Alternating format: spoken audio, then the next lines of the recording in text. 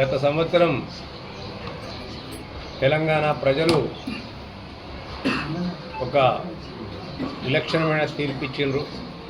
10 సంవత్సరాలు ఒక దుష్ట పరిపాలన నుంచి విముక్తి పొందాలని చెప్పి ఆ ప్రభుత్వం చేసిన అవినీతి, అక్రమ, అరాచక, నియంతృత్వ, నిరంకుశ పరిపాలన నుంచి బయటపడాలని, బానిస సంఖ్యలను తెంపుకోవాలని చెప్పి కరెక్ట్గా 1 సంవత్సరం మీద ఇవాళకి ఇంచుమించు నెల రోజులు కావస్తుంది. ఆ సందర్భంలో, ఎలక్షన్ల సందర్భంలో కాంగ్రెస్ పార్టీ కొన్ని హామీలు ఇవ్వడం జరిగింది. ఎందుకంటే ఆ గత ప్రభుత్వంలో వారు ఏవైతే తెలంగాణ ప్రజలు కోల్పోయిన స్వేచ్ఛ, స్వాతంత్రాలను, ఎందుకంటే దేశంలో ఒక మనిషికి కావాల్సింది ముందుగా అన్నింటికంటే ముఖ్యం స్వేచ్ఛా స్వాతంత్రాలు, ప్రజాస్వామిక హక్కులు, పౌర హక్కులు, వీటన్నింటినీ కాపాడే పార్టీ కానీ, ప్రభుత్వం కానీ, ఈ దేశంలో కానీ, ఈ రాష్ట్రంలో కానీ ఏదైనా ఉందంటే అది కాంగ్రెస్ పార్టీ.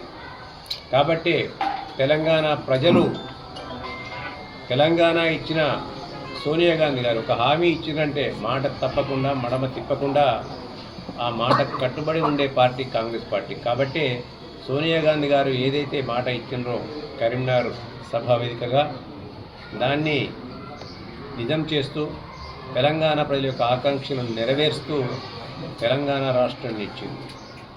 ఆ ఇచ్చిన రాష్ట్రంలో తెలంగాణ ప్రజల యొక్క బతుకులు ఆగమైనవి. వాళ్ళ బతుకులు పేనెమ్మిదికి పోయి పొయిలబడ్డట్టని అని చెప్పి గ్రహించి మళ్ళీ తెలంగాణ ప్రజల బతుకులు బాగుపడాలంటే, వాళ్ళు స్వేచ్ఛా స్వాతంత్రాలతో ఉండాలంటే కాంగ్రెస్ పార్టీ యొక్క ఆవశ్యకతను, అలాగే 10 సంవత్సరాల పరిపాలన వేరే వాళ్ళు ఏవైతే కోల్పోయినా వాటిని ఇవ్వాలని చెప్పి ఉద్దేశం కొద్దీ కొన్ని హామీలు ఇవ్వడం జరిగింది. అవే 6 గ్యారంటీలు. దాంతోపాటు గౌరవ రాహుల్ గాంధీ గారు కూడా వరంగల్ వేదికగా ఈ రాష్ట్రంలో ఉన్న రైతుల కొరకు కూడా కొన్ని హామీలు ఇవ్వడం జరిగింది. అదే రుణమాఫీ. వీటన్నింటిని కూడా నెరవేర్చే దిశగా గత సంవత్సరం మీద నెల రోజుల పాలనలో గౌరవ ముఖ్యమంత్రి యనమల రేవంత్ రెడ్డి గారి ఆధ్వర్యంలో మా ప్రభుత్వం అనేకమైన ప్రయత్నాలు చేస్తూ గత 10 సంవత్సరాల పాపపు పరిపాలనలో ఏదైతే తెలంగాణ రాష్ట్ర ఆర్థిక వ్యవస్థను చిన్నాభిన్నం చేసి ఒక గజనీల్లాగా, ఘోరీల్లాగా ఈ రాష్ట్రంపై దండయాత్ర చేసి కంచే చేనుమేసిన చందంగా ఈ రాష్ట్రాన్ని ఏ విధంగా దోచుకున్నారో 7 లక్షల కోట్ల అప్పులతో పాటు 40 నుంచి 45 వేల కోట్ల బిల్లులను పెండింగ్ పెట్టి ఇవాళ రాష్ట్ర ఆర్థిక వ్యవస్థను చిన్నాభిన్నం చేసి కుతలం చేసి ఇవాళ దోపిడీ చేసుకొని ఇలా ఒక్కొక్కరు ఆ గత 10 సంవత్సరాల పరిపాలనలో కోట్లకు పడిగిస్తారు. కాళేశ్వరం నుంచి మొదలుకుంటే ఏ స్కీమ్ పెట్టినా అన్నీ కూడా స్కామ్లమయమైనవి కదా. మిషన్ భగీరథ కమిషన్లకే పోయింది, మిషన్ కాకతీయ కమిషన్లకే పోయింది, కాళేశ్వరం కమిషన్లకే పోయింది, గొర్రెల పథకాలు కమిషన్లే, ట్రాక్టర్ల పథకాలు కమిషన్లే.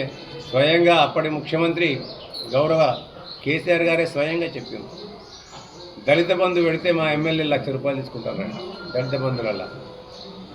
అదే మాదిరిగా గొర్రెల స్కాము, చేపలు, ఇసుక, ల్యాండు, శాండు, ఇలా ఆఖరికి వస్తే డ్రగ్స్ మాఫియా కూడా ఈ రాష్ట్రంలో 3 పువ్వులు 6 కాయలుగా ఏ విధంగా ప్రబలిందో ప్రజలందరూ కూడా చూసింది. ఇవాళ ఇన్ని అవకతవకల మధ్య ఇంత ఆర్థిక వ్యవస్థ చిన్నాభిన్నం చేసినప్పటికి కూడా ఇలా ప్రజలకు ఇచ్చిన మాటను నిలబెట్టుకోవాలని చెప్పి ఆ 6 గ్యారంటీల్లో ఒక్కొక్క గ్యారంటీ కొంచెం ఆలస్యం కావచ్చు, కానీ ఒక్కొక్క గ్యారంటీని ఇవాళ నెరవేర్చుకుంటూ వచ్చింది. మహిళలకు ఉచిత బస్సు ప్రయాణం కావచ్చు, 500 రూపాయలకే సిలిండర్ కావచ్చు, 200 యూనిట్ల వరకు కరెంటు ఫ్రీ కావచ్చు, అలాగే ఆరోగ్యశ్రీని 10 లక్షలకు పెంచడం, మహిళా సంఘాలకు ఇవాళ 10 లక్షల రూపాయలను వడ్డీ లేని రుణాలు ఇవ్వడం, దాంతోపాటు యువకులు ఏ విధంగానైతే హామీ ఇచ్చినామో యువకులకు, నిరుద్యోగ యువకులకు వాళ్ళకు ఇంచుమించు 56,000 ఉద్యోగాలు ఇవ్వడం, వారికి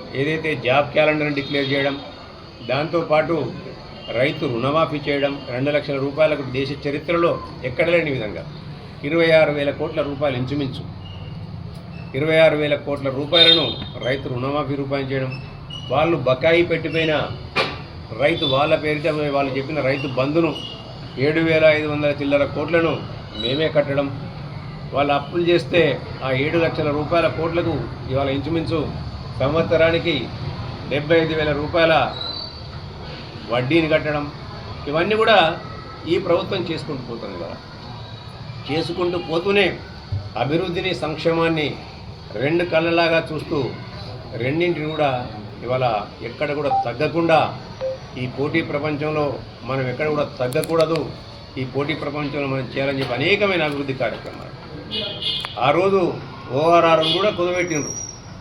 ఆఖరికి ఈ ప్రభుత్వానికి ఎక్కడ రెవెన్యూ వస్తుందని చెప్పి ఒక 3 నెలల ముందుగానే ఎక్సైజ్ బిడ్డింగ్లో వేసి టెండర్లు కాల్ఫర్ చేసి ఆ డబ్బులను కూడా కొట్టుకపోయారు. అంటే ఇంత కుళ్ళు కుతంత్రాలతో రాష్ట్రాన్ని పరిపాలించిన వాళ్ళకి ఇన్ని చేసినప్పటికీ కూడా రేవంత్ రెడ్డి గారి ఆధ్వర్యంలో అన్ని హామీలను నెరవేర్చుకుంటూ వస్తున్నాం. ఆలస్యం కాలేదని మేము అంటలే, డెఫినెట్గా కారణాలు చెప్తున్నాయి వాళ్ళు. వాటికి కారణం మీరు కాదా అని చెప్పి నేను అడుగుతుంది. వాళ్ళ ఇలా దయ్యాలు వేదాలు వెళ్ళి